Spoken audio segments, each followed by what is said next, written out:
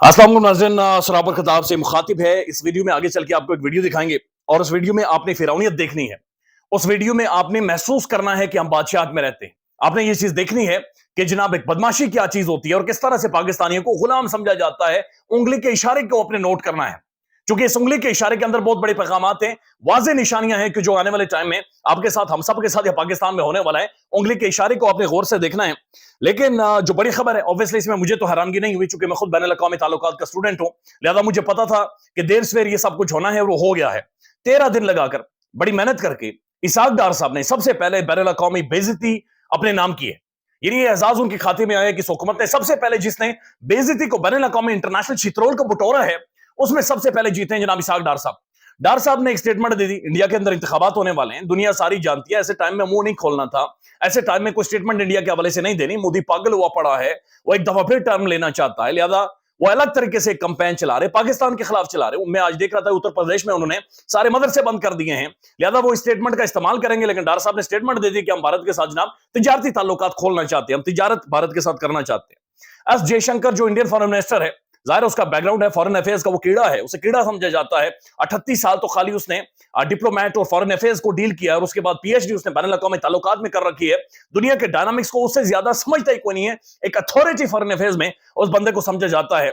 जब उसे सिंगापुर में सवाल हुआ कि जो पाकिस्तानी फॉरेन मिनिस्टर हैं जनाब नए आए हैं, वो ये कह रहे हैं इंडिया के साथ हम तिजारत करने लगे हैं, तो एस जयशंकर का खाली जवाब सुनिएगा। जयशंकर ने जवाब दिया, एस जयशंकर ने, उसने कहा Jaishankar says India is in no mood to overlook terror, कि हमारा मूड ही नहीं है, हमारा मूड ही नहीं है कैसे मुल्क के साथ हम तिजारत करें जो दहशतगर्दी को स्पॉन्सर करता है। अब ये कौन बात कर रहा है? एस जयशंकर। उसके बाद वो कहता है कि external affairs minister S Jaishankar out at Pakistan for its industrial level support to terrorism, stressing that any talk with Pakistan would need to face up to the problem. वो कह रहे हैं ना पाकिस्तान के साथ बात तब करेंगे जब पाकिस्तान दहशतगर्दों को स्पॉन्सर करना छोड़ देगा। अब ये बात कौन कर रहा है? ये बात जयशंकर कर रहा है और उसने कहा कि हम मूड में ही नहीं है पाकिस्तान के साथ बातचीत करें। ये वो बंदा बात कर रहा है जिसके ऊपर पूरी दुनिया इल्जामात लगा रही है कि इंडिया पूरी दुनिया के अंदर बदमाशी करवा रहा है और पूरी दुनिया के अंदर अपनी खुफिया इदारों का, अपनी एजेंसियों का इस्तेमाल करते हुए सिखों को मरवा रहा है और पाकिस्तान के अंदर और कश्मीर के अंदर भी दहशतगर्दी इंडियन खुफिया इदारे करवाते रहे। और इसके बारे में अमेरिका, कनाडा, बल्कि दुनिया पूरी चीखी है इसके ऊपर। लेकिन हम बदकिस्मती से हम इसके ऊपर कोई नैरेटिव नहीं बना सके, बयानिया नहीं बना सके, क्योंकि हमारे जो व्लॉगर्स थे, हमारे जो जर्नलिस्ट थे, कोई मुल्क से भाग गए, कोई जेलों के अंदर मौजूद थे, कोई गायब थे। लिहाजा पाकिस्तान के अंदर वो आवाज ही नहीं उठी, जो बयानिया ही नहीं बना इंडिया के खिलाफ जो बनना चाहिए था। लेकिन जयशंकर आज जिसे दुनिया कह रही है कि जनाब ये दहशतगर्द मुल्क है, अब जो रिसेंट डेमोक्रेसी के ऊपर डेमोक्रेसी इंडेक्स आया है, इंडिया को बिल्कुल नीचे फेंका गया है, वो बंदा ये कह रहा है कि नहीं हमारा मूड ही कोई नहीं, हमारा मूड ही कोई नहीं, हम पाकिस्तान के साथ बातचीत नहीं करेंगे। और ये इसलिए कह रहा है चूंकि हमारे जो फॉरेन मिनिस्टर हैं वो जल्दी में फुल टॉस दे गए और बैनुल-अक़वामी जो बेइज्जती है वो टोर कर इन्होंने अपने टोकरे में डाल दी है, क्योंकि ऐसी स्टेटमेंट की बुनियादी तौर पर जरूरत ही नहीं थी और ना ही कोई टाइम फ्रेम था, ये वक्त ही नहीं था। डिप्लोमेसी में मैटर करता है आप पहनते क्या है, आप दिखते क्या है, आप कौन से अल्फाज इस्तेमाल करते हैं और आप कौन से टाइम पर कौन सी बात किस लहजे में कर जाते हैं। लेकिन हमारे तो जाहिर है समधी साहब हैं और हमारे मामलात इसी तरह से चलते हैं। बहरहाल आगे बढ़ते हैं, पहले ये वीडियो देख लें। और ये वीडियो के अंदर जो बंदा गुस्से में है, जो उंगली दिखाकर ऐसे ऐसे पुलिस वाले से बात कर रहा है, ये नून लीग का एमपीए है, ये मेंबर है प्रोविंशियल असेंबली का, ये एमएनए नहीं है, ये सिर्फ एमपीए है। और इसकी आप ताकत का अंदाजा लगा लें कि ये पुलिस वाले से माफी मंगवा रहा है, सबके सामने माफी मंगवा रहा है और कह रहा है पुलिस वाले को सॉरी करो। पहले ये वीडियो देख लो।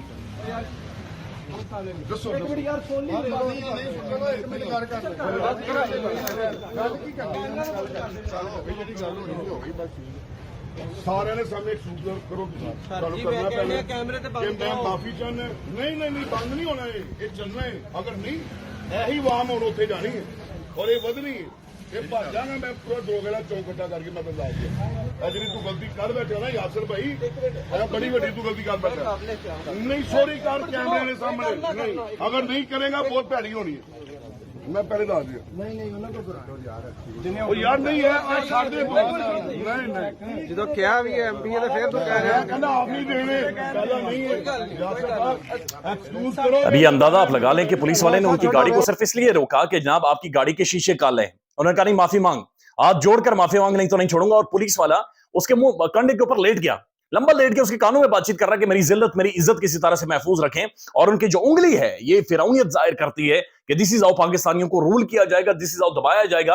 और ये वही लोग हैं जिन्होंने पाकिस्तानी पुलिस वालों को ठुल्ले बना रखा है। ये ठुल्लों की तरह इन्हें ट्रीट करते हैं। उस पुलिस वाले की शर्मिंदगी उसके चेहरे के ऊपर देखिए। ये एक पार्टी है जो रूल कर रही है और दूसरी तरफ एक और पॉलिटिकल पार्टी है जो प्रोटेस्ट की इजाजत मांगती है। तो बेदरेक डंडे बैत यही पुलिस घरों के अंदर घुसकर तबाही मचा देती है। यानी आज की स्टेटमेंट देख लें पाकिस्तान के टेलीविजन के ऊपर नजम सेठी साहब की, और ये आज की स्टेटमेंट है।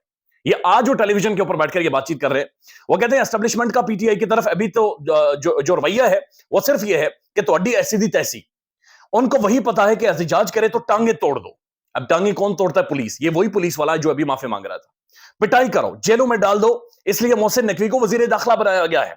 और मोहसिन नकवी के दौर में पाकिस्तान में और खासतौर पर पंजाब में तबाही निकली है, बर्बादी हुई। पंजाब में तैयारी की जा रही है कि अगर पीटीआई निकलती है तो वही किया जाए जो मोहसिन नकवी दौर में हुआ है। इसलिए आईजी पंजाब उस्मान अनवर को अवार्ड भी दिया गया है। अभी आईजी पंजाब उस्मान अनवर, इनके दौर में कोई घर पंजाब के अंदर ऐसा नहीं बचा जहां पर पुलिस ने रेड नहीं की। कोई घर ऐसा नहीं बचा कि जहां पर खवातीन के होते हुए घरों के दरवाजे नहीं तोड़े गए और घरों के अंदर नहीं घुसा गया। यानी लातादाद अनकाउंटेबल रेड्स इन्होंने की हैं। अनकाउंटेबल घर और चादर और चादीवार का तकद्दुस इन्होंने पामाल किया है। बदतरीन जुल्म पाकिस्तानी पुलिस ने किया है कि जो तारीख के स्याह बाबू में लिखा जाएगा। और ये इन आईजी साहब के होते हुए हुआ है जिन्हें अवार्ड दिया गया है, जिन्हें नवाजा गया है। एक तरफ ये अवार्ड दिए जा रहे हैं और सिर्फ इसलिए दिए जा रहे हैं कि आपने एक पार्टी को खत्म किया, एक पार्टी को रौंदा है, उन्हें मारा है, उन्हें कुटा है। चूंकि पाकिस्तान की पढ़ी लिखी नौजवान पॉलिटिकल क्लास, नौजवान जो लोग थे वो पॉलिटिक्स के अंदर शामिल हो गए थे, वो एक पॉलिटिकल क्लास बन गए थे और उन्हें साइडलाइन करना था, उन्हें मारना था, उन्हें डराना था, धमकाना था। और दूसरी तरफ वही पार्टी जो रूल कर रही है उनका सिर्फ एमपीए, यानी एमएनए की फिर आप अंदाजा लगा लें फिर वो किस रौनियत में होगा, वो किस फिरौनियत में होगा। लेकिन उस तरफ से आप अंदाजा लगा लें कि सिर्फ उनका एमपीए पुलिस वाले को ये कह रहा है माफी मांग, सबके सामने माफी मांग। और पुलिस वाला ज़ाहिर है उसके घर वाले, उसके बच्चे हैं, उसकी भी एक फैमिली है, उसके बच्चे मुंह कैसे लगाएंगे। और ये वीडियो फिर नून लीग वायरल भी करवा रही है, ये शेयर भी करवा रही है। और वो एमपीए ये कह रहा है कि नहीं ये बंद नहीं होगा जी, कैमरे बंद नहीं होंगे। इस तरह से इदारों को शर्मिंदा करके, ब्लैकमेल करके, इनके तबाही करके सिर्फ एक पॉलिटिकल पार्टी को मरवाना मकसूद है। यानी सिर्फ एक पार्टी को अपने रोंदना है, इसके अलावा बाकी किसी को नहीं। और साथ साथ तहरीक इंसाफ ये कह रही है कि जनाब बावजूद इसके कि हमें इजाजत नहीं दी जा रही, उसके बावजूद तहरीक इंसाफ प्रोटेस्ट करेगी, इस्लामाबाद से शुरू कर रही है, एहतजाज शुरू कर रही है। लेकिन ये शो करता है कि किस तरह से ये रवैया बाकायदा से रखा जा रहा है और किस तरह से पाकिस्तान के अंदर मामलात को चलाया जा रहा है और कौन सा मारधाड़ का सिस्टम है। अब ये सिर्फ महदूद तहरीक इंसाफ तक नहीं है, बल्कि पाकिस्तान में कोई भी बंदा प्रोटेस्ट नहीं कर सकता, एहतजाज नहीं कर सकता। फलस्तीन के हक में सेनेटर मुश्ताक अहमद खान जमात इस्लामी के ये आज बाहर निकले और ये सिर्फ फलस्तीन के ऊपर, गाजा के ऊपर बातचीत कर रहे थे। इनके साथ क्या हुआ ये ट्वीट कर रहे हैं।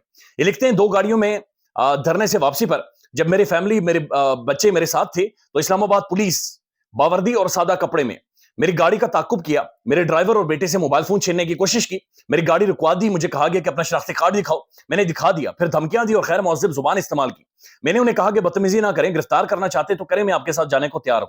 आज पुलिस ने प्लास्टिक पाइपों से धरने की लीडरशिप पर तशद्दुद किया, लेकिन मैंने शुरा को ठंडा किया और हम बावजूद बदतमीजी और तशद्दुद के पुरअमन रहे।